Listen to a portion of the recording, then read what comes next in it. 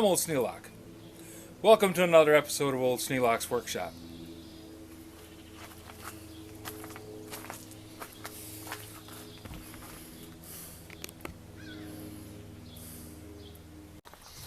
We're going to fix a window today. This one, no glass in it. Also this one, it's got a crack up in the corner. Now these windows have been in here since we bought the house, which was 2011, so it's been 7 years. I did re-putty this window, and then it cracked that fall. I think it was because I never took the glass out and cleaned it. And this old putty, this stuff, just wasn't in there correctly.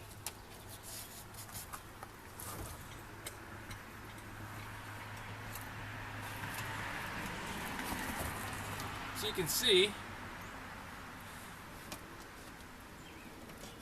this putty is coming right off. And this stuff over here in the corner is so dried out, it's coming out in chunks.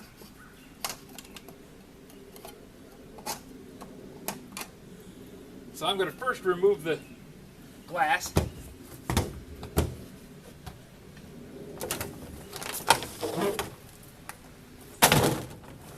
Then I'm going to clean up the mess from removing the glass, because I imagine the glass is going to break as I'm taking it out, because it's already cracked. These are modern windows. By modern, I mean 1960s. The old-fashioned windows would have had just a straight cut in them, but these were made in the factory. And they put this little groove in there to help hold the putty. And to do this right, I need to take all this old putty out.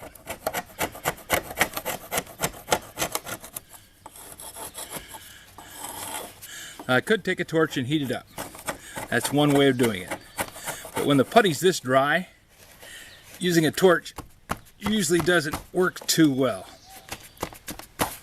At least it hasn't for me.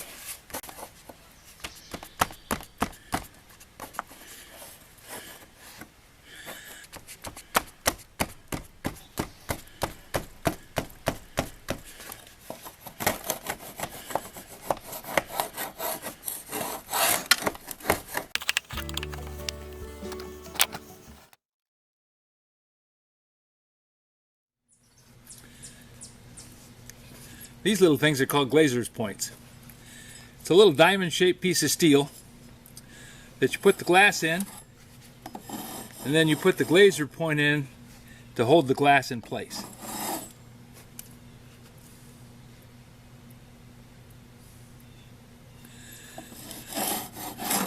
That's there to hold it in place while you put the putty in.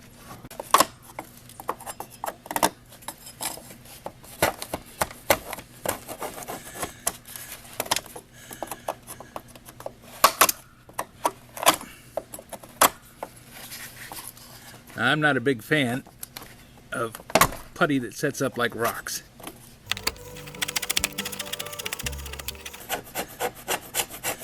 Makes it much more difficult to get out.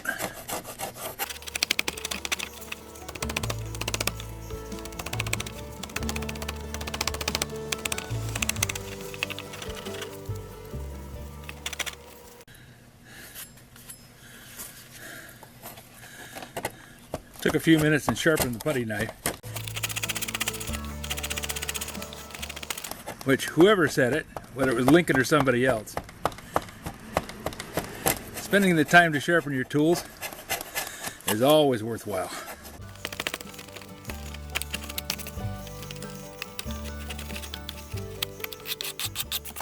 Now there's one problem with doing this.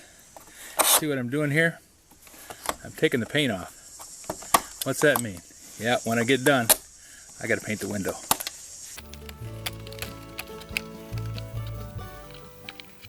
I'm not upset about having to paint the window. The window's needed painted anyway.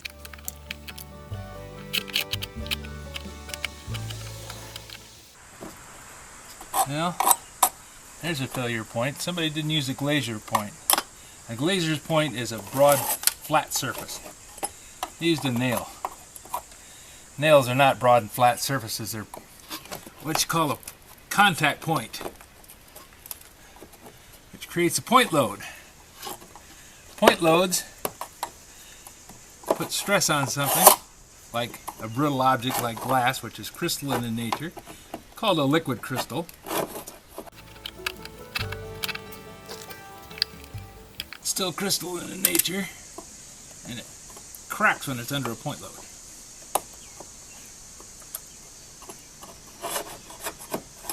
That's why we always try and avoid point loads whenever possible.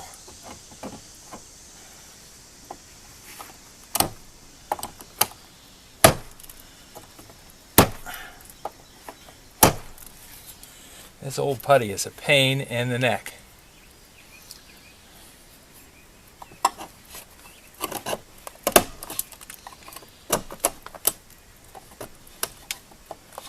I'm going to make it a mess in the house too, because this stuff is flying in as much as it's flying out.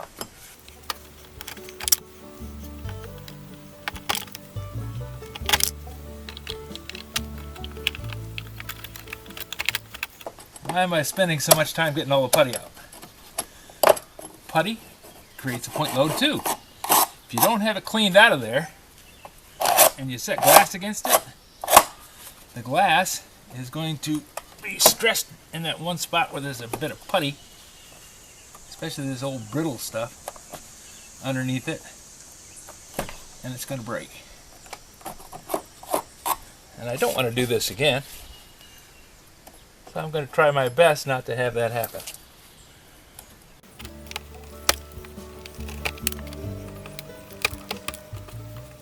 You have to be kind of careful when you're doing this, especially on this little center piece of wood. It's called a muntin. I don't know why, it's just the name given it. And they're made out of real thin, pretty fragile pieces of wood.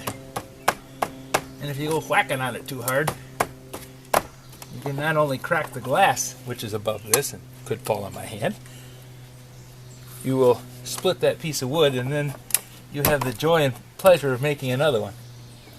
And most people would just call somebody and have them come in and replace the window.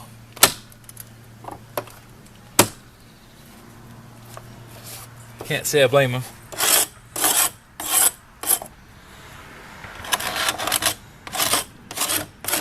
If this isn't something you're comfortable with, then by all means hire a professional.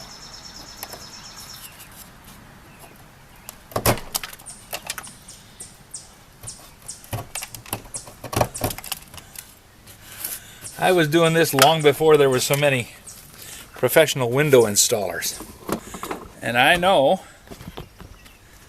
that if I do this myself, it's either going to be done right or I'll fix it again and make it right.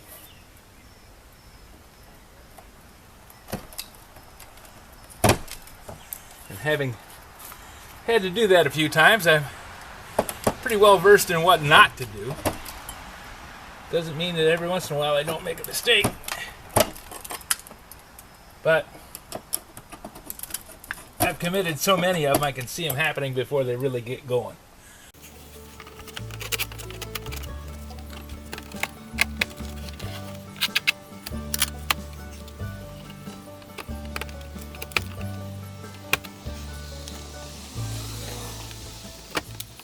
And you see all this time I'm spending on this thing?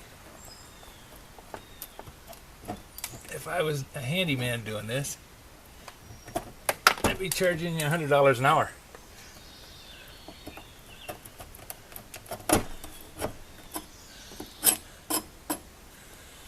And I wouldn't have the advantage of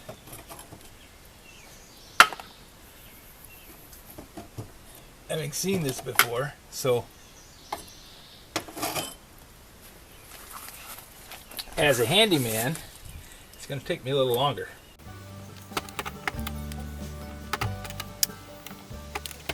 Ideally, I would just pull this window out, lay it flat, and do this work.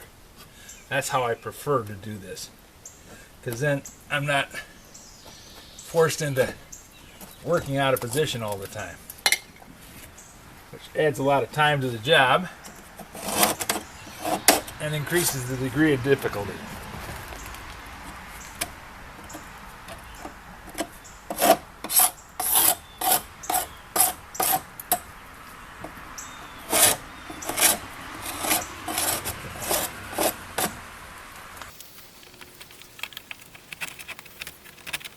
So if you find a good handyman, it doesn't charge a whole lot, and he's capable and able to do these things for you. Keep his phone number on the speed dial, because there's a lot of things that they can do for you. One of those Glaser Points. I don't use Glaser Points over again. It's faster and easier just to get new ones and replace them. By the time you spend 5 minutes straightening one out, just to go to put it in and find out that because it was bent once, it's weakened and it bends much more easily. That's one of those advantages of experience. The other thing you notice is I'm wearing gloves. Not to keep my hands clean, although that is a nice thing to have. It's more because there's little bits of glass in this putty. When the glass breaks, it leaves little bits of glass embedded in the putty.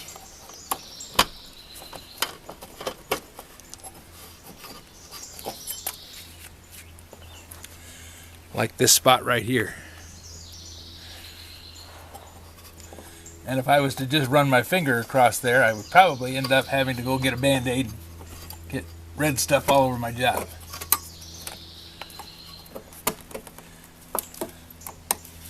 Which involves a whole nother layer of cleanup that I would rather not do. Besides that, it hurts like the dickens. Because the phrase sticks out like a sore thumb comes about because if you have a sore thumb, that's the one you hurt all the time. Things that wouldn't hurt a thumb if it wasn't hurt all of a sudden become a real problem.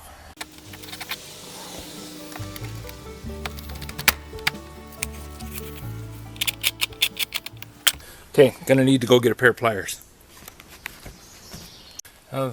These wire cutters, side cutters, some people call them dikes, don't know why. Work really good for pulling out small nails, like these brads that they use to hold the glass in, which don't use brads. And it'll also pull Glaser Points out.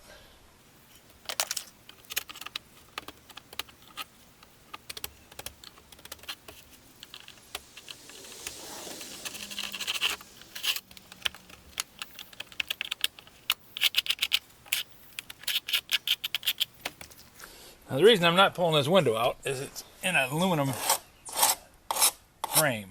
It's got aluminum sliders here in the corners.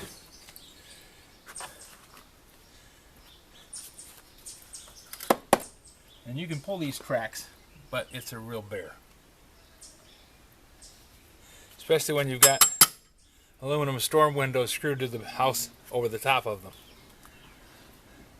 Since the job today is to change out the glass, not to rebuild the wall, we're not going to do that.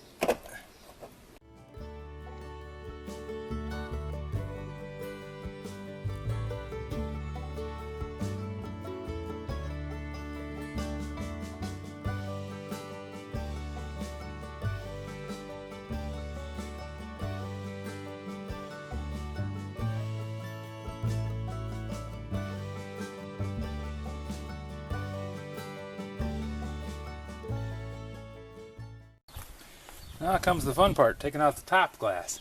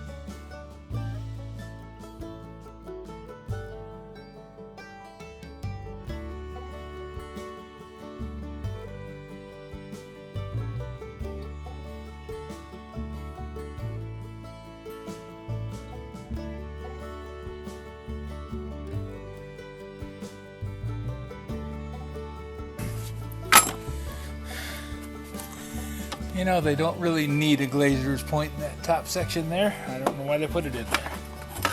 That groove secures the glass very nicely.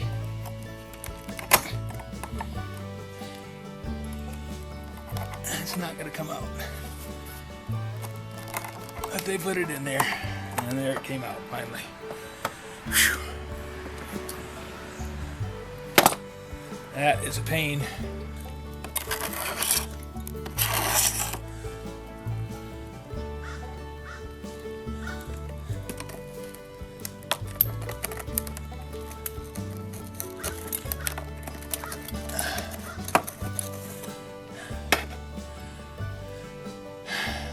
Good old Coach Goodrow.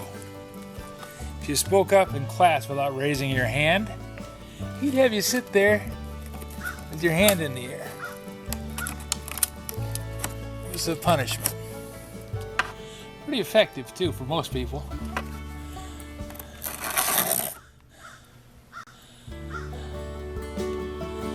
I didn't take it so well because I got to do it a lot. But still,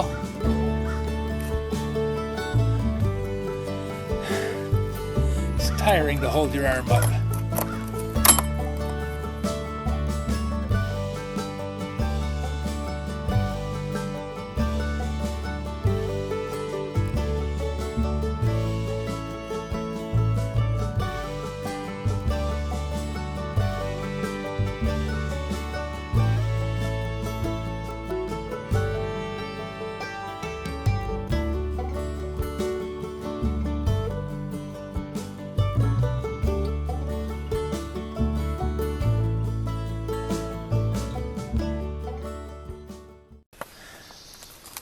Now I have to go buy the glass. It's 11 and 11/16 high by 36 and a 16th wide. That's the opening. Which means I'm going to get 11 and 5/8 high glass. I want to leave a 1/16 of an inch for it to expand and contract inside the frame. 11 and 5/8 high by 36 inches long.